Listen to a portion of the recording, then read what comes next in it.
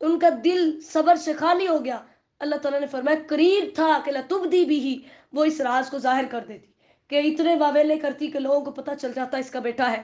لولا اربتنا علی قلبها لتکون من المؤمنین، اگر یہ بات نہ ہوتی کہ ہم نے اس کے دل کو مضبوط کر دیا تھا، اگر ہم اس کے دل کو مضبوط نہ کرتے تو واویلے کر کے وہ لوگوں کو بتا دیتی.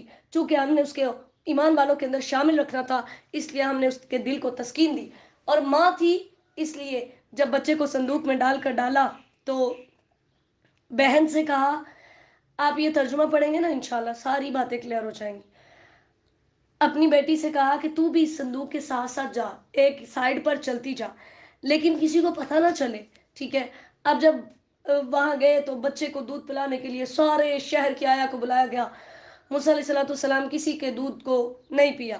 اب ان کی جو بہن تھی اس نے کہا مجھے لگتا ہے ایک عورت شہر میں ایسی ہے کہ یہ اس کا دودھ پی لے گا. یہ نہیں ظاہر کرایا کہ وہ میری ماں ہے اور یہ میرا بھائی ہے. اب انہوں نے کہا اس کو بلاؤ. جب اس کو بلایا گیا تو اللہ تعالیٰ نے فرمایا وَحَرَّمْنَا عَلَيْهِ الْمَرَاضِعَ، دودھ پلانے والیوں کا دودھ ہم نے اس پر حرام کر دیا. کیوں؟ کیونکہ اللہ نے وعدہ کیا تھا کہ میں تیرے بیٹے کو تیری طرف واپس ضرور لٹاؤں گا.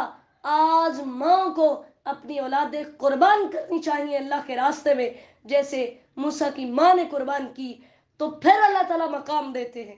لیکن آج ہمارا ماں کا ہمارا یہی خیال ہوتا ہے میرا بچہ ہاسٹل میں بھی نہ جائے، میرا بچہ گھر میں بھی رہے، اس کو سہولیات بھی ساری ملے اور دین بھی سیکھ لے. ایسے دین نہیں ملتا.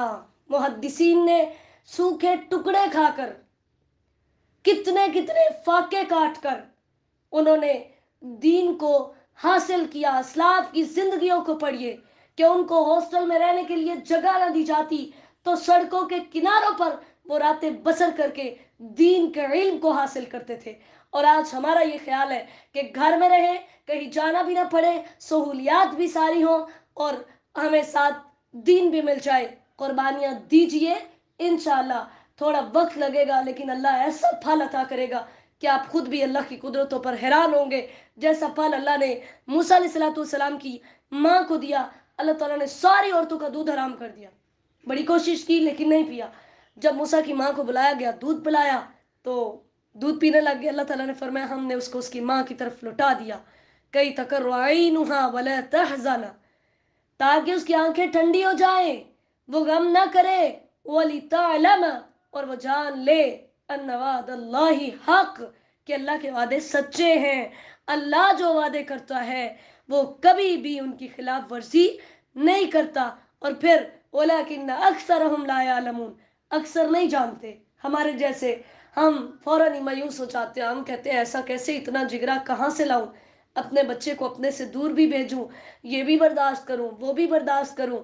نہیں، اللہ نے فرمایا اکثر بہت کم لوگ ہیں جن کو ان باتوں کا پتہ چلتا ہے. جب اللہ آزما رہا ہوتا ہے، اگر کوئی اس آزمائش پر پورا اتر آئے تو اللہ کیسے اس کو مقام عطا کرتا ہے. ٹھیک ہے. تو اس کے بعد پھر موسیٰ علیہ السلام جب جوانی کی عمر کو پہنچے تو اللہ تعالیٰ نے انہیں حکمت اور علم دیا، یعنی ان کو نبوت دی. ٹھیک ہے. حکمن سے مراد آیت نمبر 14، حکمن سے مراد ہے فیصلہ کرنے کی صلاحیت، اور علمن سے مراد ہے دین اور دنیا کا علم. اللہ تعالیٰ نے ان کو یہ نبوت وغیرہ عطا کی. اور پھر کیا ہوا، ایک دن وہ شہر کے اندر جا رہے تھے تو کیا دیکھا کہ دو لوگ آپس میں لڑ رہے تھے.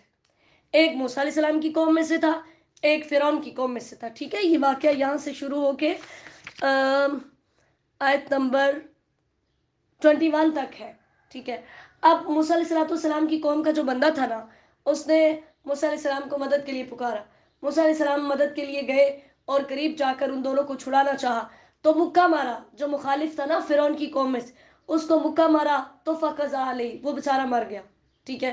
قال هذا من عمل الشیطان، فوراً موسیٰ علیہ السلام نے فرمایا یہ شیطان کا کام ہے، یہ اس نے مجھ سے قتل کرایا ہے. انه عدو مضل مبین، یہ تو بڑا کھلا میرا دشمن ہے. موسیٰ علیہ السلام بڑے پریشان ہوئے، فوراً اللہ تعالیٰ سے معافی مانگی. ربی انی ظلمت نفسی فاغفر لی فغفر لی.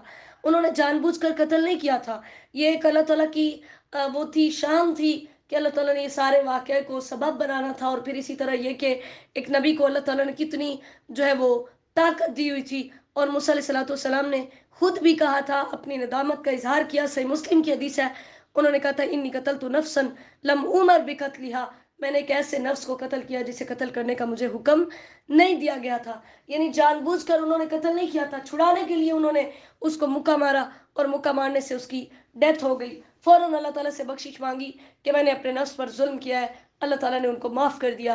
قال ربی بما انعمت علیہ، اللہ تعالیٰ سے یہ بھی عہد کیا، کیونکہ توبہ قبول ہونے کی یہ نشانی ہے کہ آپ آئندہ بچنے کے لیے اللہ سے عہد کریں کہ یا اللہ آج معاف کر دے، آئندہ کبھی بھی نہیں کروں گا. موسیٰ علیہ السلام نے دعا کی، کہا میرے رب تو نے آج مجھ پر احسان کیا ہے، فَلَنَكُونَ ظَهِيرًا لِلْمُجْرِمِينَ، آئندہ کبھی بھی میں گناہگاروں کی مدد نہیں کروں گا.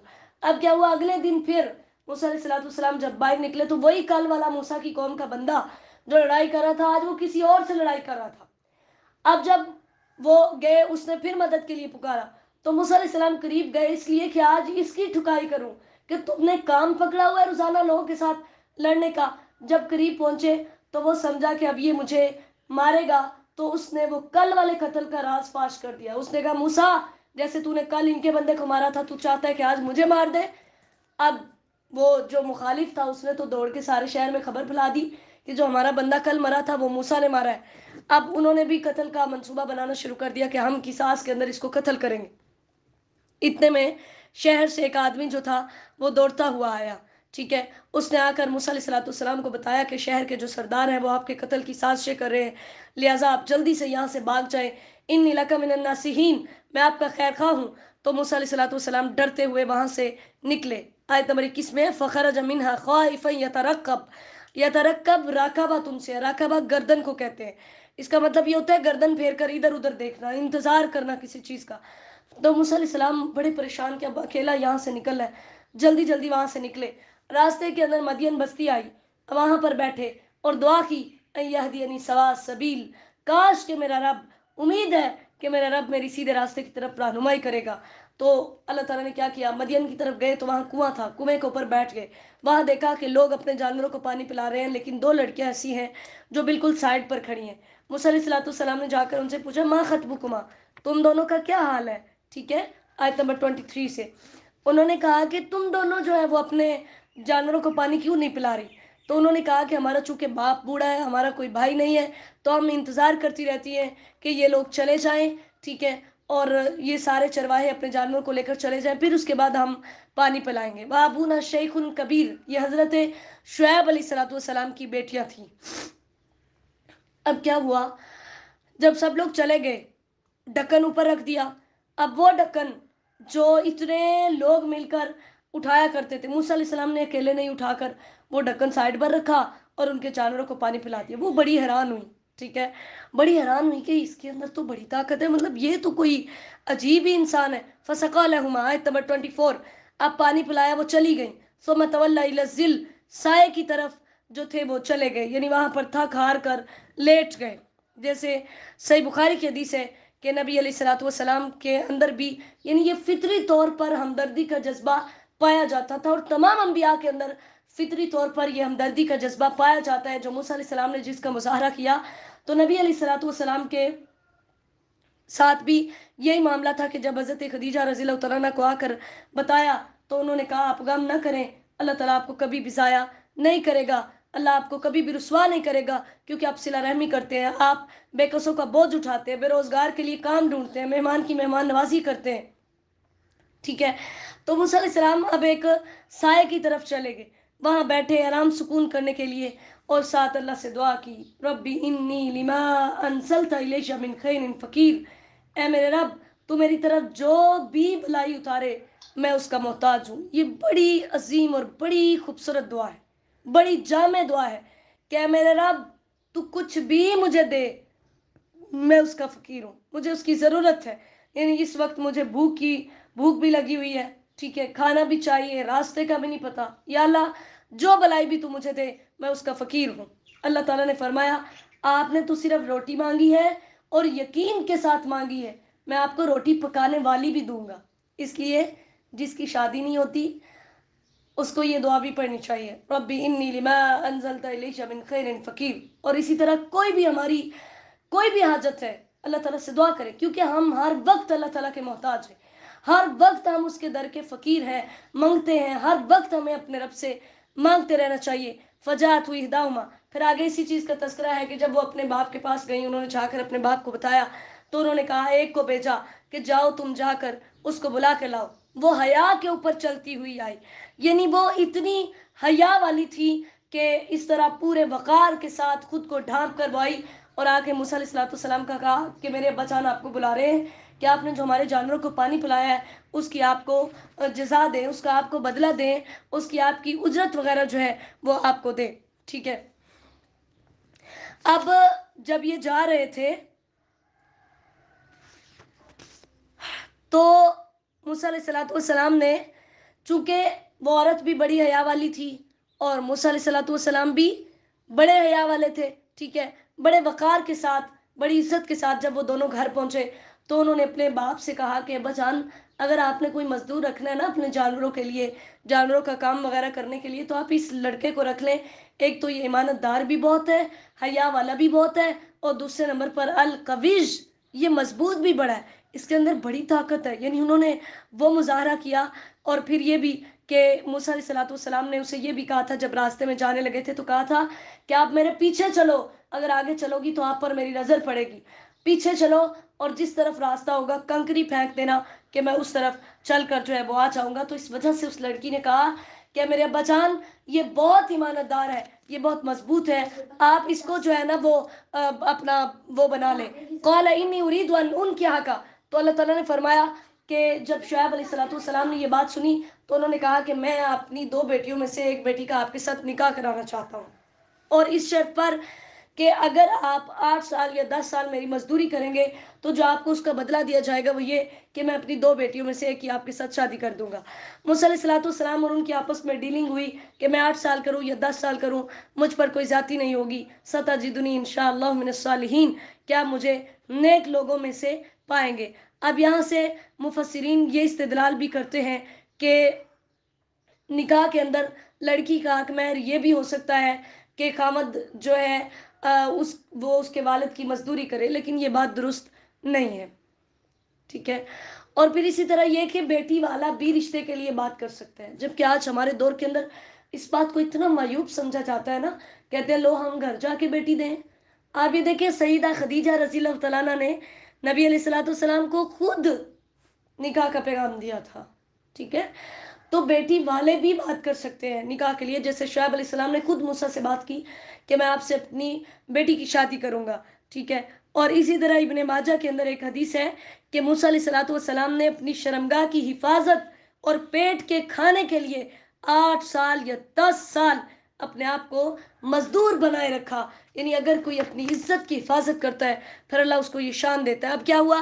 واللہ علی ما نقول وکیل، انہوں نے جو ڈیلنگ کی، کہا اس پر اللہ ہی کافی ہے گواہی کے طور پر کہ ہم اللہ کو کارساز بناتے ہیں. اب جب آیت نمبر 29 سے موسیٰ علیہ السلام نے اس مدت کو پورا کیا، انہوں نے اپنی بیٹی کی شادی جو تھی ان کے ساتھ کر دی. اس کا نام اسپورا آتا ہے، عین صاد فا واو را الف، اسپورا. ٹھیک ہے. اب اپنی بیوی کو لے کر دوبارہ اپنے وطن مصر کی طرف جا رہے ہیں تو راستے میں دیکھا ایک آگ نظر آئی. اپنی بیوی سے کہا یہاں رکو، شاید وہاں کوئی آگ جلانے والا ہو، اس سے راستہ پوچھ کے آؤں یا کوئی انگارہ لے کر آؤں جس سے ہم گرمی حاصل کر سکیں. اب جب اس کے پاس آئے تو پکارا گیا کہ آپ ایک مبارک وادی کے اندر ہیں.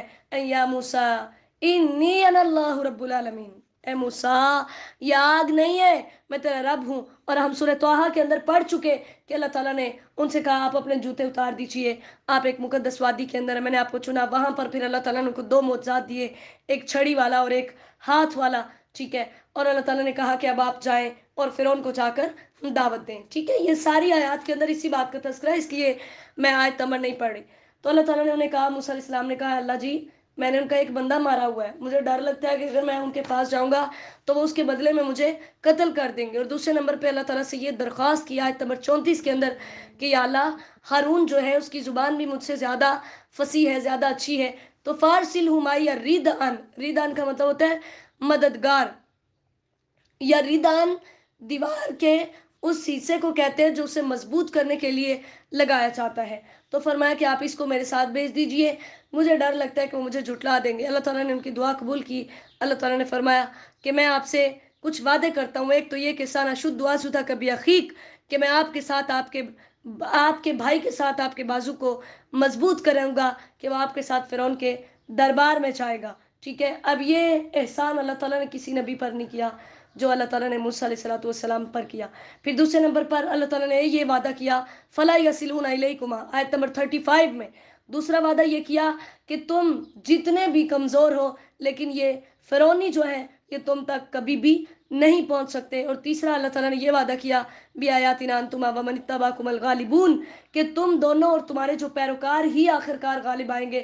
جو ہم نے تمہیں نشانیاں اور معجزات دیے ہیں ان کی وجہ سے غلبہ تمہارے پاس ہی ہوگا. موسیٰ علیہ السلام اس کے پاس آئے, اس نے کہا یہ جادو ہے, اور اس نے اپنے جو اس کا مشیر خاص تھا قارون اس نے کہا کہ میرے لیے ایک محل بناؤ. موسیٰ جو کہتا ہے میرا رب اوپر ہے تو میں اس کو دیکھوں. ٹھیک ہے. اور حامان یہ بھی اس کا مشیر خاص تھا, اس کا خاص وزیر تھا. ان کو اس نے کہا کہ میرے لیے ایک محل بناؤ, میں اس کے اوپر چڑھ کر موسیٰ کے رب کو دیکھوں. نعوذ باللہ من ذالک. اور اس نے کہا وَإِنِّي لَأَظُنُّهُ مِنَ الْكَاذِبِينَ میں سمجھتا ہوں یہ جھوٹ بول رہا ہے. اللہ تعالیٰ فرماتے اس نے بھی اور اس کے لشکروں نے بھی مصر کے اندر تکبر کیا تو ہم نے ان کو اور اس کے لشکروں کو پکڑا. فَنَبَذْنَاهُمْ فِي الْيَمِّ آیت نمبر 40 میں اللہ تعالیٰ نے فرمایا ہم نے ان کو سمندر کے اندر پھینک دیا. پھر تم دیکھو کہ ظالموں کا انجام کیسا ہوا. وَجَعَلْنَاهُمْ أَئِمَّةً يَدْعُونَ إِلَى النَّارِ اللہ تعالیٰ فرماتے ہیں ہم نے ان کو ایسے پیشوا بنایا جو آگ کی طرف رہنمائی کرتے ہیں, اور قیامت کے دن ان کی بالکل بھی مدد نہیں کی جائے گی. دنیا میں بھی ان پر لعنتیں ہوئیں, آخرت میں بھی ان پر لعنتیں ہوں گی, اور قیامت کے دن وہ بد شکل ہوں گے. وَلَقَدْ آتَيْنَا مُوسَى الْكِتَابَ پھر اللہ تعالیٰ نے آیت نمبر 43 میں کہ موسیٰ علیہ السلام کو کتاب دے کر بھیجا جو لوگوں کے لیے ہدایت اور رحمت کا باعث تھی. وَمَا كُنْتَ بِجَانِبِ الْغَرْبِ آیت نمبر 44 نبی صلی اللہ علیہ وسلم کو اللہ تعالیٰ نے مخاطب کیا آپ اس وقت مغربی جانب میں موجود نہیں تھے جب ہم نے موسیٰ کی طرف وحی کی. وَمَا كُنْتَ مِنَ الشَّاهِدِينَ آپ وہاں پر حاضر بھی نہیں تھے. یعنی پتہ چلا کہ نبی علیہ السلام غیب نہیں جانتے تھے.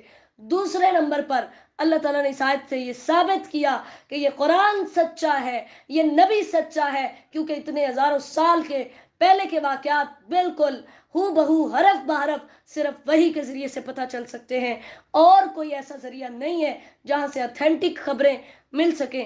وَلَكِنَّا أَنشَأْنَا قُرُونًا فَتَطَاوَلَ عَلَيْهِمُ الْعُمُرُ اللہ تعالیٰ فرماتے ہیں ہم نے ان کے بعد بڑی امتوں کو پیدا کیا, ان کی عمریں بڑی لمبی ہوئیں, اور آپ اس وقت مدین والوں میں بھی نہیں تھے کہ تتلو علیہم آیاتنا کہ آپ ان پر ہماری آیات پڑھتے. وَلَكِنَّا كُنَّا مُرْسِلِينَ ہم ہی پیغمبروں کو بھیجنے والے ہیں. پھر اللہ تعالیٰ نے آیت نمبر 46 میں فرمایا آپ طور پہاڑ کی جانب بھی نہیں تھے جب ہم نے موسیٰ کو پکارا اور ہم نے اس کو وہاں پر نبوت دی.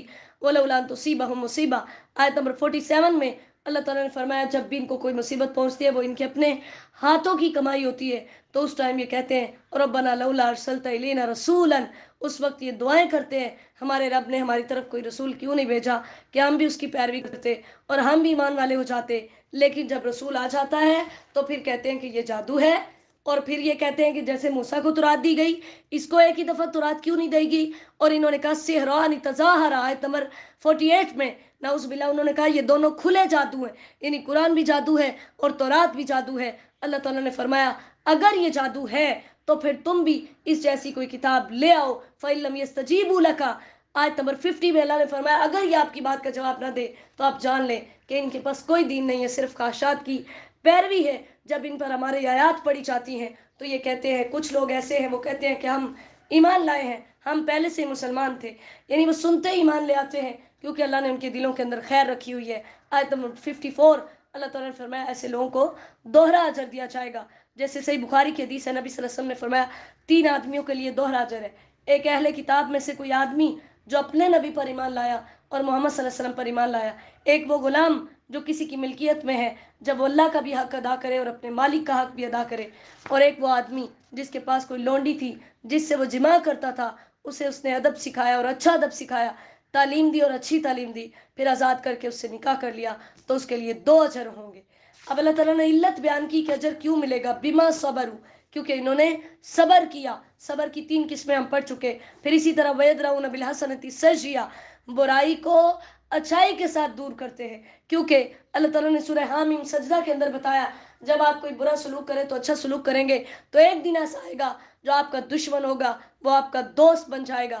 آیت نمبر 55 میں اللہ تعالیٰ نے فرمایا جب لغو باتیں سنتے ہیں اعرضوا عنہ کچھ نیک بندے ایسے ہیں بےہودہ باتیں بولی چاہے ان کے سامنے تو منہ پھیر لیتے ہیں، کہتے ہیں سلام علیکم، تم پر سلام ہو، لا نبتغی الجاہلین، ہم جاہلوں کی مجلسوں میں نہیں بیٹھنا چاہتے۔ اس سلام سے مراد رحمت والا سلام نہیں ہے، دفع کرنے کے لیے، اگنور کرنے کے لیے جو سلام ہے، جیسے ہم نے کل بھی سورہ فرقان میں بھی پڑھا، عباد الرحمن سے جب جاہل مخاطب ہوتے ہیں تو وہ بحث کرنے کی بجائے سلام کر دیتے ہیں۔ آیت نمبر 56، اِنَّكَ لَا تَهْدِي مَنْ أَحْبَبْتَ، اے میرے نبی جسے آپ پسند کریں آپ اسے ہدایت نہیں دے سکتے، ہدایت اسے ہی ملتی ہے جسے اللہ چاہتا ہے۔ یہ آیت نازل ہوئی تھی ابو طالب کی وفات کے وقت کہ نبی علیہ السلام بھی اس کے پاس تھے، ابو جہل بھی پاس تھا، عبداللہ بن ابو امیہ بن مغیرہ بھی پاس تھا۔ نبی علیہ السلام کہتے چچا جان میرے کان میں صرف لا الہ الا اللہ کا اقرار کر دے، اور وہ دونوں سے کہتے کہ کیا تو اپنے باپ کے دین کو چھوڑ کر مرے گا؟ آخر کار اس نے کہا کہ میں اپنے باپ کے دین پر ہی قائم ہوں، لا الہ الا اللہ کہنے سے اقرار کر دیا اور مر گیا۔ ٹھیک ہے، تو یہ اس وقت آیت اتری تھی۔ اللہ تعالیٰ نے فرمایا میرے نبی آپ جتنی بھی کوشش کر لیں جب تک میں نہ چاہوں آپ کسی کو ہدایت نہیں دے سکتے۔ اسی طرح وقالوا ان نتبع الہدا، آیت نمبر 57، اللہ تعالیٰ نے فرمایا ایمان نہ لانے کا ایک ان کے پاس بہانہ یہ تھا، کہتے تھے کہ اگر ہم نے اس ہدایت کی پیروی کی تو ہمیں ہماری زمین سے اچک لیا جائے گا، یعنی ہمیں یہاں سے نکال دیا جائے گا۔ اللہ تعالیٰ نے فرمایا یہ ایسی باتیں کرتے ہیں جن کا ان کے پاس علم نہیں ہے۔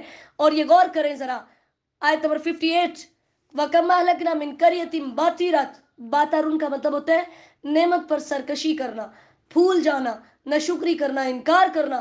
اللہ تعالیٰ نے فرمایا یہ ذرا ماضی کے اندر جھانکیں، کتنی ہی بستیاں تھیں جنہوں نے جب تکبر کیا وہ اکڑے تو ہم نے ان کو ایسے تباہ کیا کہ جیسے وہ اس دنیا میں کبھی آباد ہی نہیں ہوئے تھے، وہ بھی یہی کہتے ہوتے تھے کہ ہم ہلاک نہیں ہوں گے۔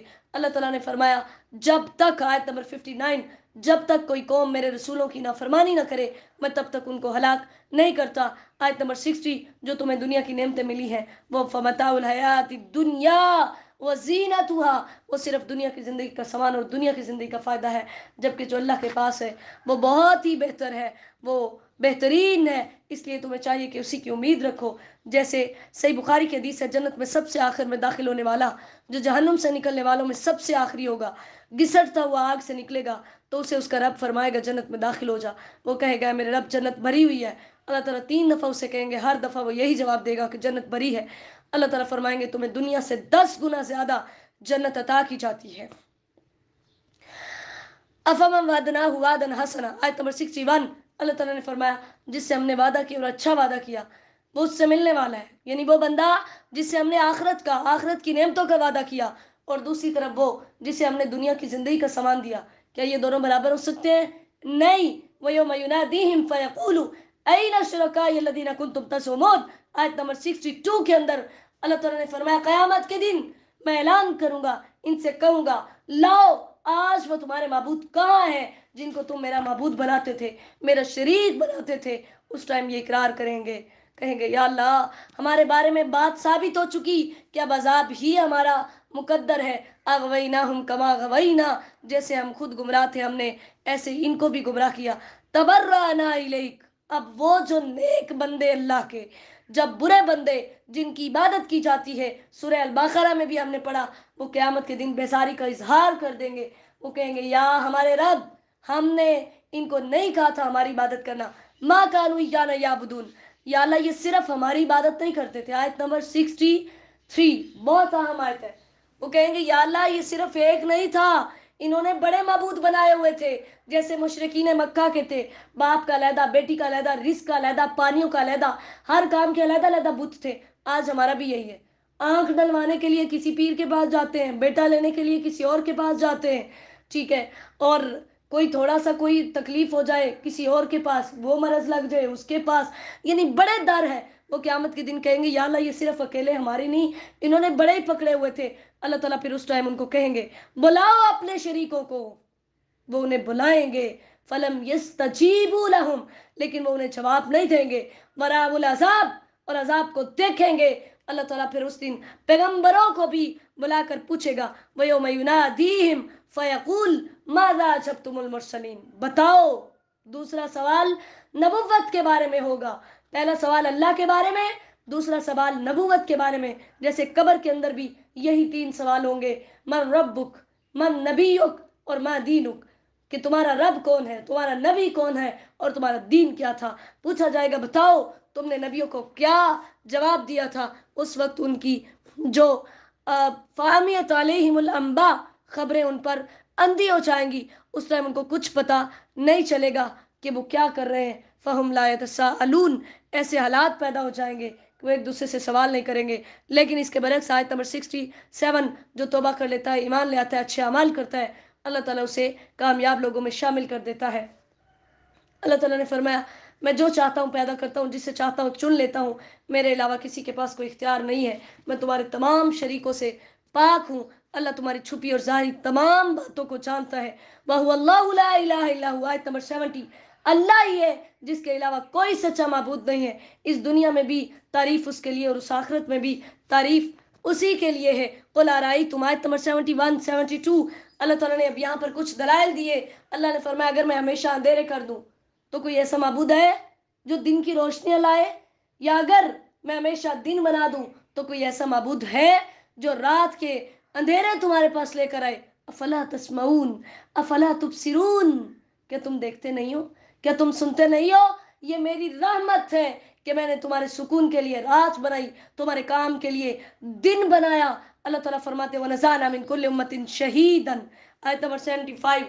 ہم قرآن پاک کے کئی مقامات پر پڑھ چکے کہ ہر امت کو, لیڈر کو بلایا جائے گا, اٹھایا جائے گا, اس سے پوچھا جائے گا کہ بتاؤ آپ گواہی دو.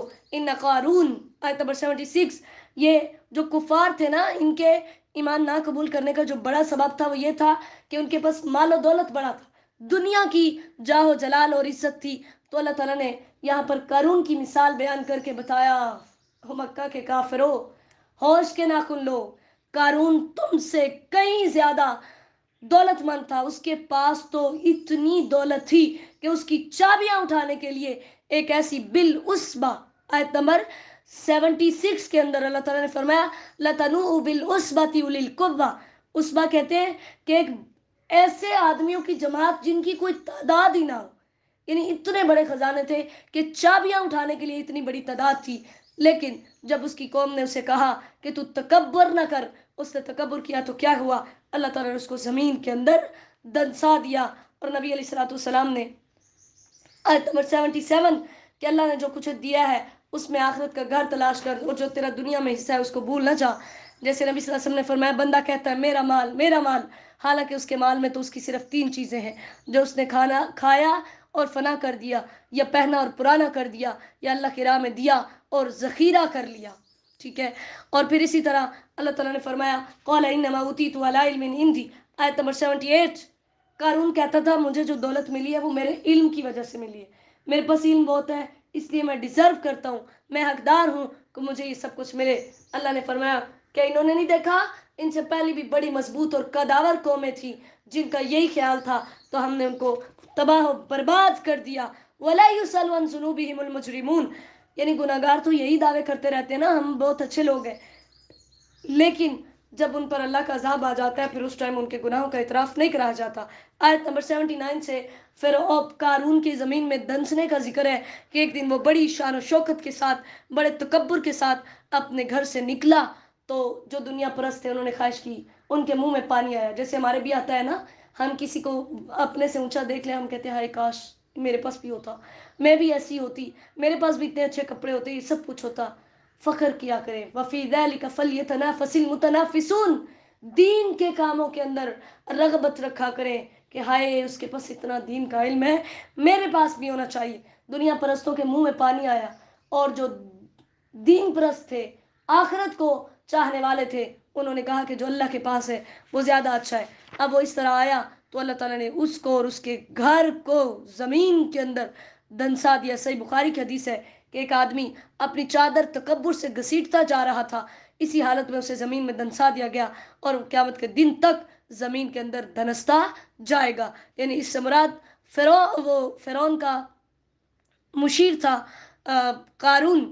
اور اسی طرح صحیح مسلم کی حدیث ہے 3 آدمی ایسے قیامت کے دن اللہ تعالیٰ نہ ان سے بات کرے گا, نہ ان کی طرف دیکھے گا, نہ ان کو پاک کرے گا, اور ان کے لیے دردناک عذاب ہے.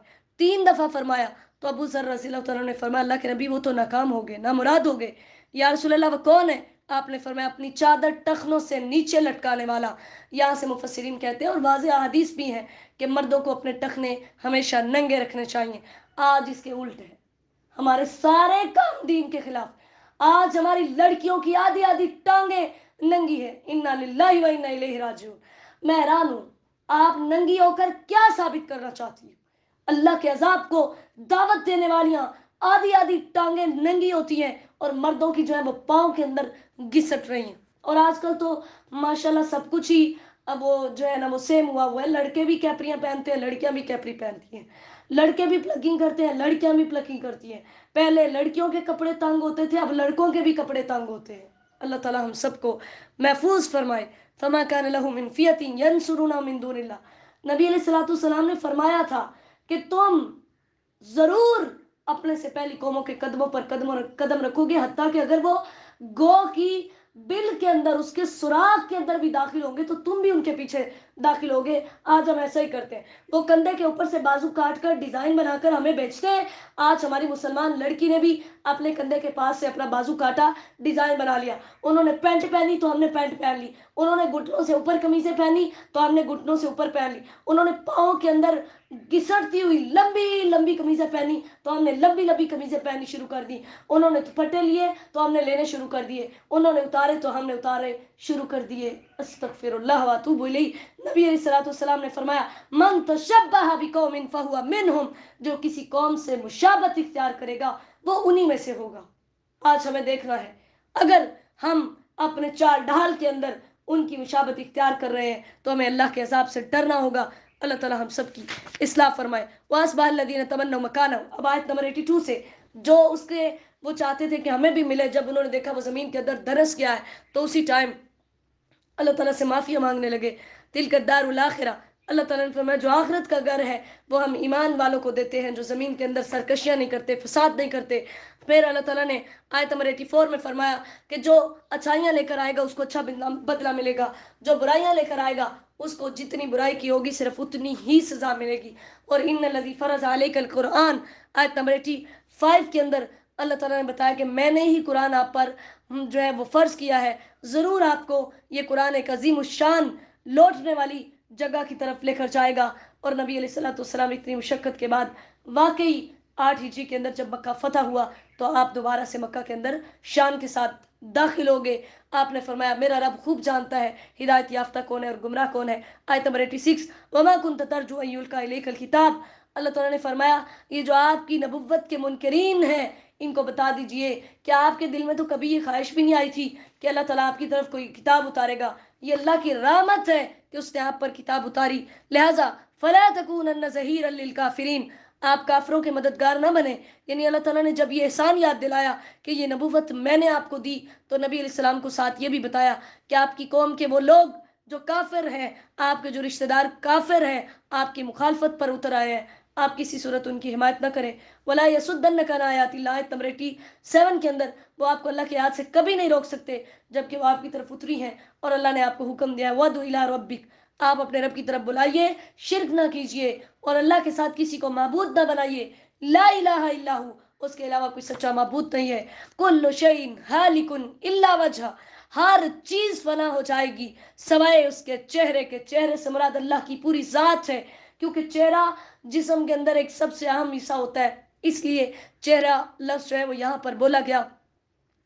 نبی صلی اللہ علیہ وسلم فرمایا کرتے تھے، دعا کیا کرتے تھے اعوذ بعزتک الذی لا الہ الا انت الذی لا يموت والجن والانس يموتون. اے میرے رب میں تیری عزت کی پناہ میں آتا ہوں، تو وہ ہے تیرے سوا کوئی عبادت کے لائق نہیں، تو کبھی نہیں مرتا بلکہ جن اور انسان مرتے ہیں. دوسری جگہ پر سورہ رحمان کے اندر اللہ نے فرمایا کل من علیہا فان ویبقى وجہ ربک ذو الجلال والاکرام. سب کچھ ختم ہو جائے گا صرف تیرے رب کی ذات باقی رہے گی. لہ الحکم، اسی کے پاس فیصلے ہیں، اسی کے پاس اختیار ہے. ساری کائنات کے اندر اسی کا اختیار چلتا ہے. وَإِلَيْهِ تُرْجَعُونَ. اور تم سب کو لوٹ کر بھی اسی کے پاس جانا ہے. سورۃ العنکبوت مکیہ. بسم اللہ الرحمن الرحیم. عنکبوت مکڑی کو کہتے ہیں. اس سورت کے اندر مکڑی کا تذکرہ ہے، اسی کی مناسبت سے اس سورت کا نام جو ہے سورہ عنکبوت رکھا گیا. حروف مقطعات سے اللہ تعالیٰ نے اس سورت کی ابتدا کی. آیت نمبر 2 احسب الناس ان یترکوا ان یقولوا آمنا وهم لا یفتنون. لوگوں نے کیا سمجھا کہ ایمان لے آئے ہیں تو بس اب ہم جنت میں چلے جائیں گے, ہماری کوئی آزمائش نہیں ہوگی. ایسا نہیں ہوگا. جیسے نبی علیہ الصلوۃ والسلام نے فرمایا کہ سب سے سخت آزمائش انبیاء کی ہوتی ہے, پھر صالحین کی, پھر لوگوں میں سے جو افضل ہو, پھر جو اس کے بعد افضل ہو. یعنی آدمی کی آزمائش اس کے دین کے حساب سے ہوتی ہے.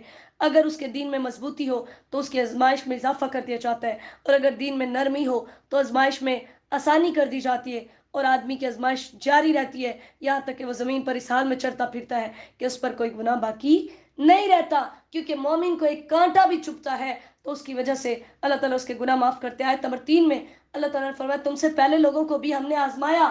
کیوں؟ اس لیے کہ ہم جان لیں الذین صدقوا ولیعلمن الکاذبین, سچ اور جھوٹوں کو جان لیں, کھوٹا اور کھرا واضح ہو جائے, اس لیے ہم آزماتے ہیں. جیسے خباب بن ارت رضی اللہ تعالیٰ عنہ بیان کرتے ہیں, صحیح بخاری کی حدیث ہے کہ ہم نے نبی صلی اللہ علیہ وسلم کے پاس شکایت کی. اس وقت آپ کعبہ کے سائے کے اندر ایک چادر کا تکیہ بنائے ہوئے تھے. ہم نے کہا کہ آپ ہمارے لیے مدد کی دعا نہیں کرتے, کیا آپ ہمارے لیے دعا نہیں کرتے؟ تو آپ صلی اللہ علیہ وسلم نے فرمایا تم سے پہلے لوگوں میں آدمی کے لیے زمین میں گڑھا کھودا جاتا, اسے زمین میں گاڑ دیا جاتا, پھر آرا لایا جاتا, اس کے سر کے اوپر رکھا جاتا اور اسے 2 حصوں میں چیر دیا جاتا, لوہے کی کنگھیوں سے اس کے گوشت اور ہڈیوں کو نوچ دیا جاتا. یہ چیز اسے اس کے دین سے نہیں روکتی تھی. اللہ کی قسم یہ کام ضرور مکمل ہو کر رہے گا. یعنی یہ دین یہاں تک کہ ایک سوار صنعاء سے حضر موت تک چلے گا اور اسے اللہ کے سوا کسی کا خوف نہیں ہوگا, یا اسے اپنی بکریوں کے متعلق بیڑیے کا کوئی خوف نہیں ہوگا. لیکن تم بہت جلدی کا مطالبہ کرتے ہو. ام حسب الذین یعملون السیئات یسبقونا, آیت نمبر 4 کے اندر اللہ نے فرمایا جو برائیاں کرتے ہیں وہ سمجھتے ہیں کہ وہ ہم سے آگے گزر گئے ہیں. ایسا نہیں ہے, ہم جو ان کو فوراً سزا نہیں دے رہے, وہ صرف ہم ان کو ڈھیل دے رہے ہیں. من کان یرجو لقاء اللہ, جو اللہ سے ملنے کی امید رکھتا ہے اسے یہ جان لینا چاہیے فإن أجل اللہ لآت, اللہ نے جو وقت مقرر کیا وہ آنے والا ہے. جیسے صحیح بخاری کی حدیث ہے, جو شخص اللہ کی ملاقات کو پسند کرتا ہے اللہ اس کی ملاقات کو پسند کرتا ہے, اور جو اللہ کی ملاقات کو ناپسند کرتا ہے اللہ اس کی ملاقات کو ناپسند کرتا ہے. تو اس پر کسی نے یہ سوال کیا کہ ہم تو موت کو ناپسند کرتے ہیں, ظاہر ہے مریں گے تو اللہ سے ملیں گے نا. تو آپ صلی اللہ علیہ وسلم نے فرمایا یہ بات نہیں, بلکہ جب مومن کی موت کا وقت آتا ہے تو اسے اللہ کے راضی ہونے کی اور اس کے باعزت ہونے کی خوشخبری دے دی جاتی ہے, تو اسے اس سے زیادہ کوئی چیز محبوب ہی نہیں ہوتی جو اس کے آگے آنے والی ہے. یعنی اس ٹائم پھر اس کی خواہش ہوتی ہے کہ وہ اپنے رب سے ملے. اور نبی علیہ الصلوۃ والسلام یہ دعا بھی کیا کرتے تھے, اللہم انی اسألک لذۃ النظر الی وجہک والشوق الی لقائک, یا اللہ میں تیری طرف دیکھنے کا, تیرے چہرے کو دیکھ کر لذت حاصل کرنے کا سوال کرتا ہوں. والشوق الی لقائک, اور میں تیری ملاقات کا شوق رکھتا ہوں. من غیر سراء مضرۃ ولا فتنۃ مضلہ, کسی تکلیف کے بغیر جو نقصان پہنچانے والی ہو, اور کسی فتنے کے بغیر جو گمراہ کرنے والا ہو. آیت نمبر 6 کے اندر اللہ نے فرمایا جو جہاد کرے گا اپنے ہی لیے جہاد کرے گا. اللہ تعالیٰ تو بے پرواہ ہے, اللہ کو کوئی ضرورت نہیں ہے. نبی علیہ الصلوۃ والسلام سے پوچھا گیا کون سا جہاد افضل ہے, آپ نے فرمایا جو مشرکین کے ساتھ اپنی جان اور مال کے ساتھ جہاد کیا جائے. پوچھا گیا پھر کون سا, تو آپ نے فرمایا جس کا خون بہایا جائے اور اس کا عمدہ گھوڑا کاٹ دیا جائے. اپنے نفس سے جہاد کرنا بھی جہاد ہے. یعنی اللہ کو ضرورت نہیں ہے, تمہیں ضرورت ہے. والذین آمنوا, جو ایمان لائیں گے اچھے اعمال کریں گے اللہ ان کی برائیوں کو دور کرے گا, انہیں اچھے بدلے دے گا. ووصینا الانسان بوالدیہ حسنا, آیت نمبر 8 کے اندر اللہ تعالیٰ نے والدین کی ساتھ اچھا سلوک کرنے کا حکم دیا.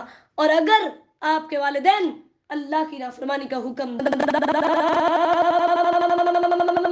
کی حدیث ہے, اللہ تعالیٰ کی نافرمانی میں کسی مخلوق کی کوئی اطاعت نہیں ہے. ٹھیک ہے, اسی طرح ترمذی کی حدیث ہے سننا اور ماننا مسلمانوں پر فرض ہے ان حکموں میں جو اسے پسند ہو یا ناپسند ہو, جب تک اسے اللہ کی نافرمانی کا حکم نہ دیا جائے. جب اسے اللہ کی نافرمانی کا حکم دیا جائے تو نہ سننا جائز ہے نہ ماننا جائز ہے. وہ آپ کی سگی ماں بھی ہو تو آپ اس کے خلاف کھڑے ہو سکتے ہیں. جیسے سعد بن ابو وقاص رضی اللہ تعالیٰ عنہ کھڑے ہوئے تھے, مسلمان ہوئے تو ان کی ماں نے کہا میں مر جاؤں گی جب تک تو محمد کا کلمہ نہیں چھوڑے گا تب تک کھانا پینا نہیں کھاؤں گی. تو انہوں نے جا کر نبی علیہ الصلوۃ والسلام کو بتایا تو اللہ نے یہ آیات اتاری, کہا تیری ماں مرتی ہے تو مر جائے, تو اللہ کے ساتھ